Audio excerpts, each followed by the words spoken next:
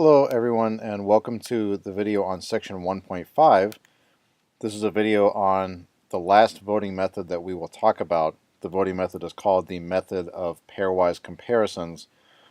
And it's hard to motivate why we're going to study this particular method without giving you some examples. But let me just remind you exactly where we've come from. We've now studied three different voting methods. We've studied the plurality method, the board account method, and the modified plurality method, which we call the plurality with elimination method. So this is our last method. We will have studied four of them by the end of the chapter. So a natural question to ask is, we've already studied three voting methods, why study more? And the answer essentially is contained in the next few examples. So let's think about this election. So 499 people voted for A first, B second, and C third place. 498 people liked C the most, B second most, A third most, etc. So one thing that we're going to need to remember is this phrase Condorcet candidate. We haven't discussed it since section 1.2, so let me remind you what that is. A Condorcet candidate is a candidate who is preferred over any other candidate in a head-to-head matchup. Okay, so think about candidate B. How many voters are there? There are 1,000 voters here, right? 499 plus 498 plus 3. Imagine going to all of those 1,000 voters and asking, forget about candidate C, do you like A better or B better? What would happen? Well, 499 people would say, I like A better, right? Because they ranked A higher than B. But 501 people would say, I like B better, because these 498 people liked B better than A, right? They ranked B higher, and these 3 people ranked B higher than A. So those 3 people would say, oh, I like B better than A. So in a head-to-head matchup between A and B, B wins. Now let's do the same thing, but B against C. Imagine going to all 1,000 voters and saying, forget about candidate A, who do you like better? Do you like B better or C better? What would happen? Well, these 499 people like B better than C, right? They ranked B higher than C. These 498 people like C better than B. These 3 people like B better than C. So 502 people like B more than C. So B wins that head-to-head matchup. If you're just comparing B straight up to C, B wins.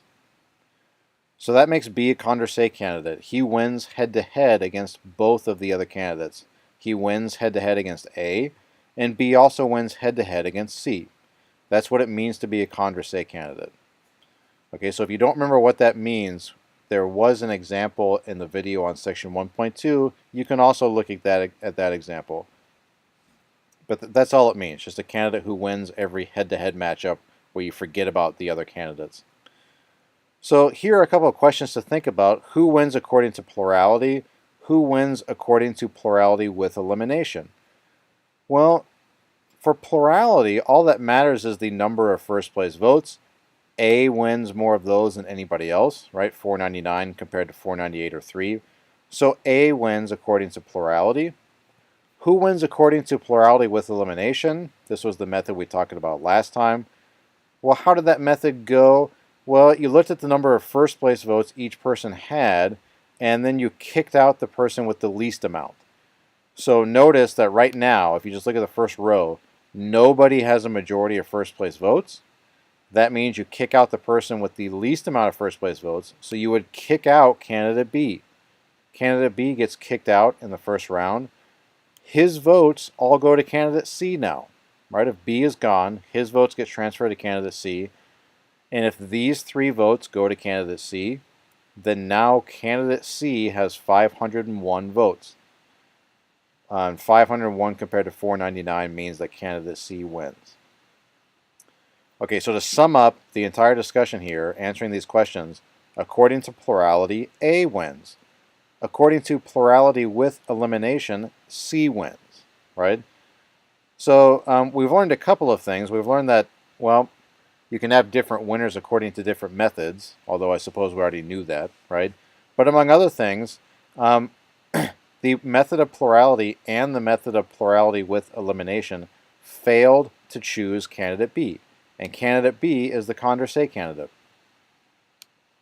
So before we move on, let me mention that the entire reason we defined Condorcet candidate and the second video, or the first video, whenever it was because if a candidate wins every single head-to-head matchup that he encounters, that candidate is probably the true voice of the people, right? How could it be otherwise?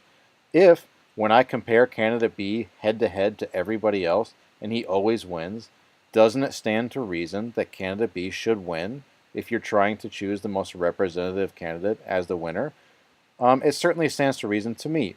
So Condorcet candidates, in other words, are good. Morally speaking, they should win.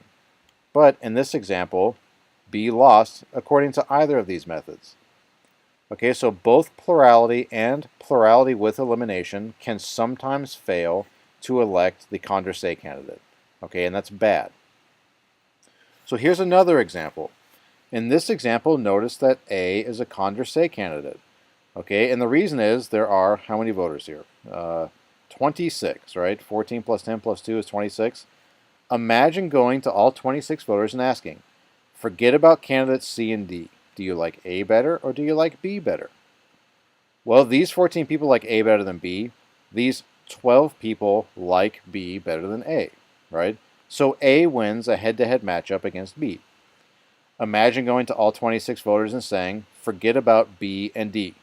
Do you like A better or C better? Well, once again, these 14 people like A better, so A wins against C, and these 12 people like C better, right? These 10 people like C better than A, these 2 people like C better than A. So A wins that matchup as well. And these 14 people like A better than D, so A wins against D also in a head-to-head matchup.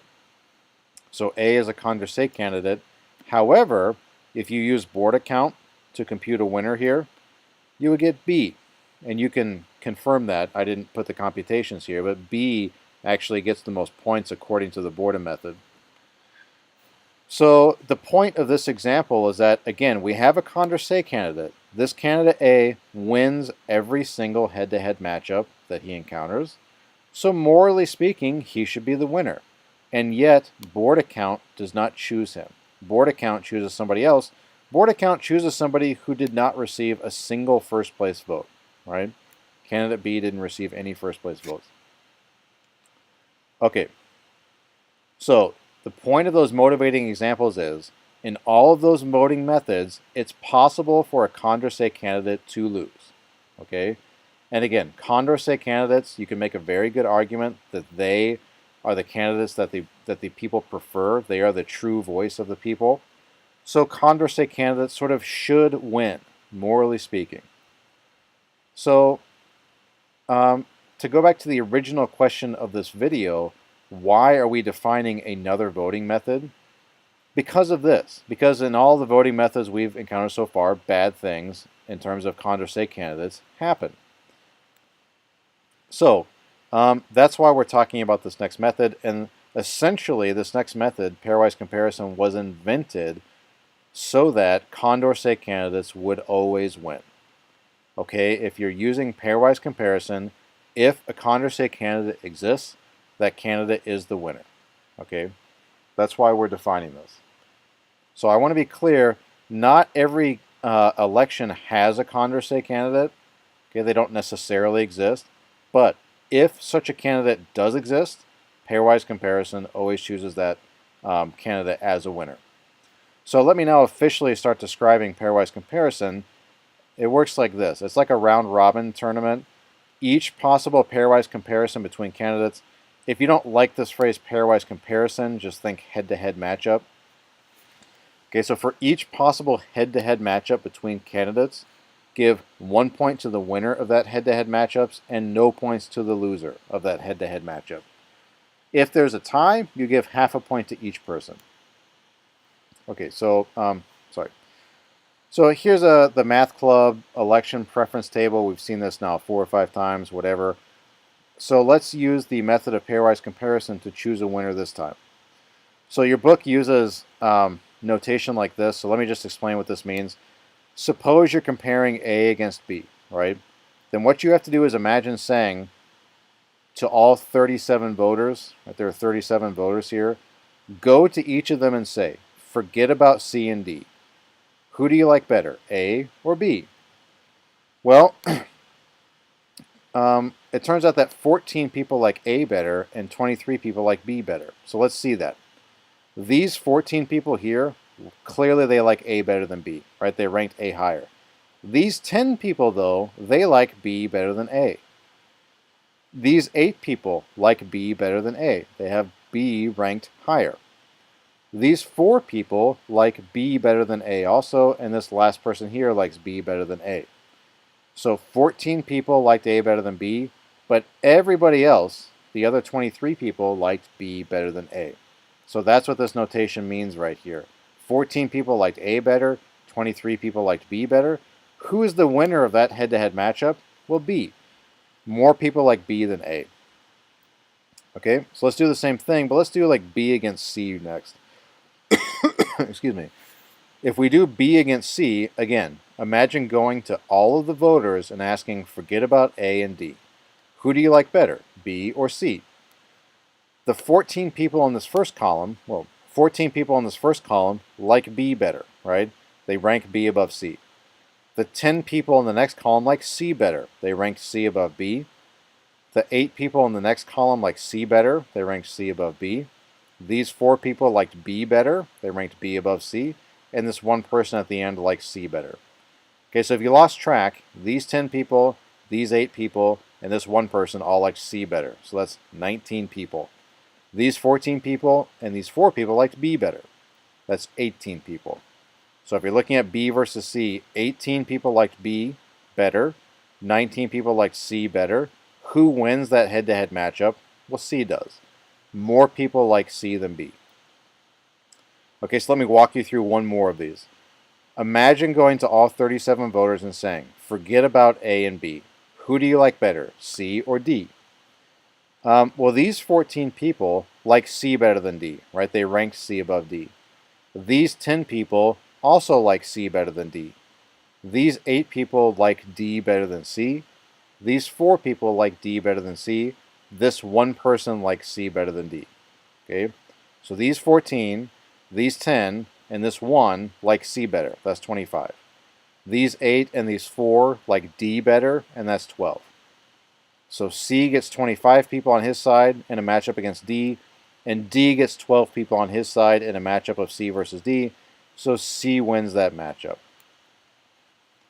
Okay, so the rest of these rows you can verify on your own, but you need to understand what this notation is saying.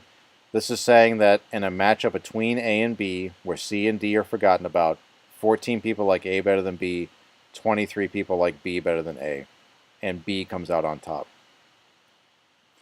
So if you look at the summary here of all the head-to-head matchups and all the different winners of all the head-to-head matchups, notice that C gets 3 points because you get 1 point for every head-to-head matchup that you win. So C gets 3 points, B gets 2 points, D gets 1 point, and A gets 0 points. Okay, so that's all this says. 3 gets 3, B gets 2, D gets 1, A gets 0. That means C is the winner. Okay, so again, just like with plurality with elimination, this method takes some getting used to. It's a point system, but it's not a point system like Borda, where you're assigning a point value to each placement. You know, like first place is worth this much, second place is worth this much, and so on. This, you're assigning points to each head-to-head matchup. Excuse me. Okay, so essentially, what this method is trying to do is trying to tell you who wins the most head-to-head matchups, and they're going to declare that person the winner. That's what this method is doing. Okay, so let's consider this election from the first slide. Who wins according to pairwise comparison? Well, to answer that question, you need to list out all possible head-to-head matchups. There are only 3 candidates, right? A, B, and C. So therefore, the only head-to-head matchups you can consider are A versus B, A against C, and B against C. There are no other head-to-head matchups to think about. So let's think about A against B. These 499 people like A better than B. These 498 people and these 3 people like B better than A. So that's 502 people. 501 people to 499. So B wins that matchup. In A versus C, these 499 people like A better, but these 498 people and these 3 people like C better. So C wins that matchup. It's 502 to 499. B versus C, let's think about who wins that. These 499 people like B better than C. These 498 people like C better than B. These 3 people like B better than C. So that's 502 people that like B better than C, and 498 people that like C better than B. So B wins that matchup. So B, by the way, you can notice here, is a Condorcet candidate, right? B wins every head-to-head matchup he has. He wins against A, he wins against C. Oh, and by the way, pairwise comparison would declare him the winner, right? B gets 2 points. He gets a point for every head-to-head matchup he wins. C gets 1 point because he won one head-to-head matchup, and A gets 0 points. Okay, so that's why pairwise comparison exists. In this example here, you can argue that B sort of should be the winner because more people prefer B as compared to anybody else in a head-to-head matchup. So B, sort of morally speaking, is the voice of the people. Okay, so there are some drawbacks to this method. I didn't actually write it out here, but you can confirm on your own that B here does win according to pairwise comparison. But notice he got not a single first place vote. And he actually got several third place votes, right? So with pairwise comparison, in contrast to plurality or plurality with elimination, in pairwise comparison, you can have somebody winning even though they didn't get a single first place vote. Okay, so I don't know if you think that's a negative or not, but I do consider it a negative. There are some other drawbacks to it as well, but we'll get to them in the next section. So that's all I have to say about the method of pairwise comparison.